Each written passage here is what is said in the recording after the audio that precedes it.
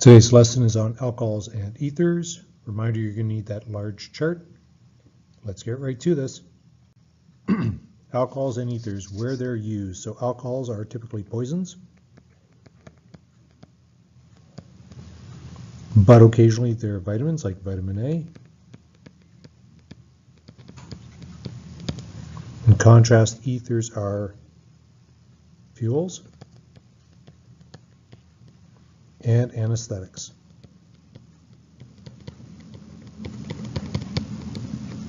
So they can be used to knock people out.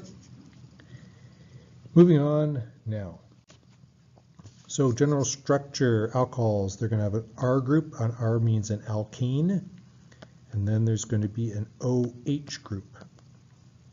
In contrast, an ether has an alkane, a single bond to an oxygen, and then the other bond, instead of being a hydrogen, is going to be a different R group. It could be the same, but we identify the R groups could be different lengths, or the alkane could be different lengths by just putting that little line. We call it R prime. Polar bonds. Yes. The fact that this has an oxygen-hydrogen bond is very polar, so that OH is hydrogen bonding.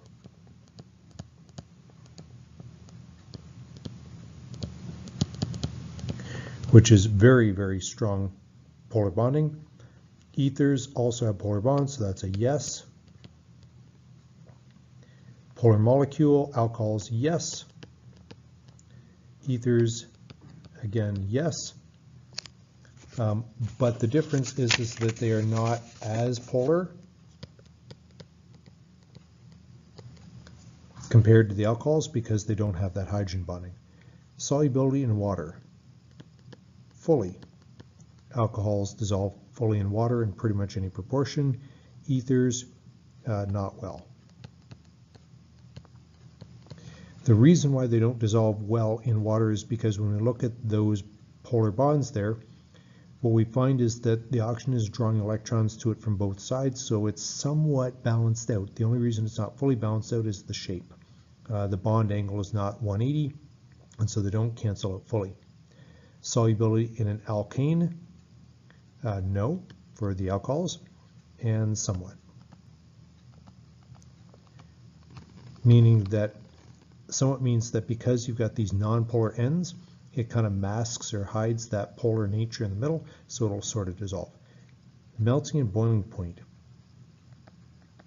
very high. When we talk about melting and boiling points, this is the highest melting and boiling point we found so far. The only one that will be higher than this for the oxygen-based compounds we're talking about is carboxylic acids, which we'll get to on another day. Ethers, they'll be somewhat higher.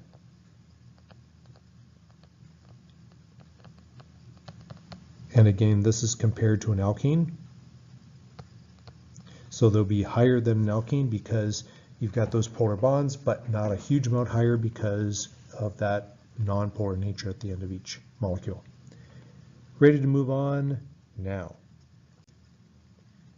Reaction types. So alcohols, they will sometimes undergo, the main one they're going to undergo is something called controlled oxidation.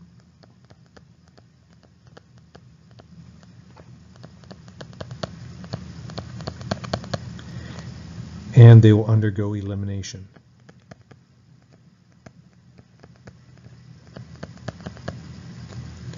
Now, for that controlled oxidation, short form is CO, and elimination will be E. The reaction conditions for the alcohol with controlled oxidation will be at room temp.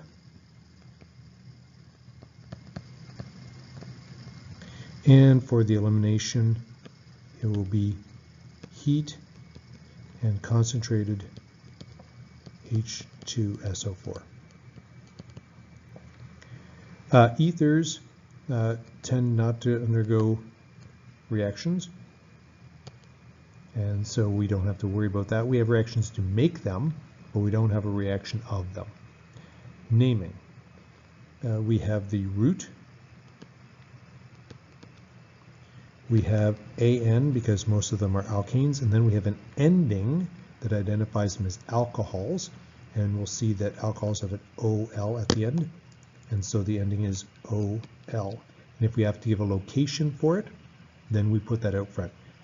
For example, if we have 2-propanol, we have a 3-carbon chain.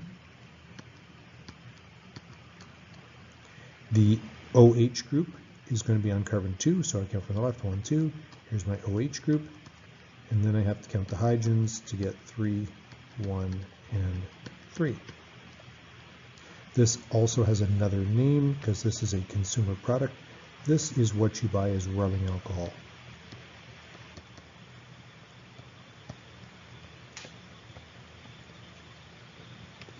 On the ether side, we have to look at the length of the chain, and we have short root,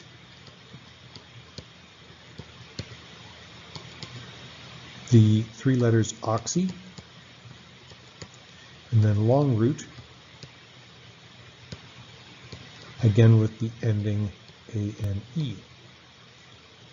For example, I'll give you the name methoxyethane.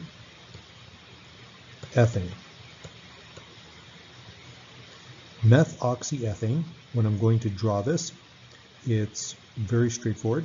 It's meth, which is a 1-carbon chain, and you'll see why in a second. There are 3 hydrogens, then a single bond to an oxygen, and then a single bond to a 2-carbon chain, so CH2CH3. The line structure for that, for those wanting to see it, will be bond, an O, because I have to show anything that isn't a carbon, and that's the whole line structure. Over on the left-hand side here, I'm going to put the line structure for that 2-propanol, V shape, and then an OH. So there's our naming, and you'll notice on your large piece of paper that underneath the left-hand side there's a spot which says notes, and we're going to go on to the last slide now, and this you're going to put in the notes section underneath alcohol. So all of this is for alcohols only. Moving on now. Because alcohols are poisons, one of the things I wanted to show you is something called LD50. This is a little bit morbid because LD stands for lethal dose, and 50 refers to 50%. I'm going to contrast 2 of these. The first one is methanol. So methanol is a 1-carbon chain with as an alcohol group. It's also commonly called wood alcohol, and the value is 0.07 grams per kilogram of body weight, so grams per kilogram, which means for a person of about my mass, if I were to calculate for my mass and then convert this based on its density into milliliters, about 5 milliliters is what it would take for me to hit my LD50. So 5 milliliters of this would give me a 50-50 chance of survival. In contrast, there are others with very different toxicities. LD50 of glycerol, which is a consumer product. You can find it in many grocery stores or shoppers as an LD50 of 31.5 grams per kilogram. It's sold as a lubricant. If you accidentally start eating or drinking this, what will happen is it'll taste sweet for about a second or 2, and then the aftertaste will really bug you. And for me, the LD50 would require me to drink almost 2 liters of it, and I would never get anywhere near that because the taste would turn me off long before that. And we're going to talk a little bit more about alcohols and the reactions and all that kind of stuff in class. Thanks for watching.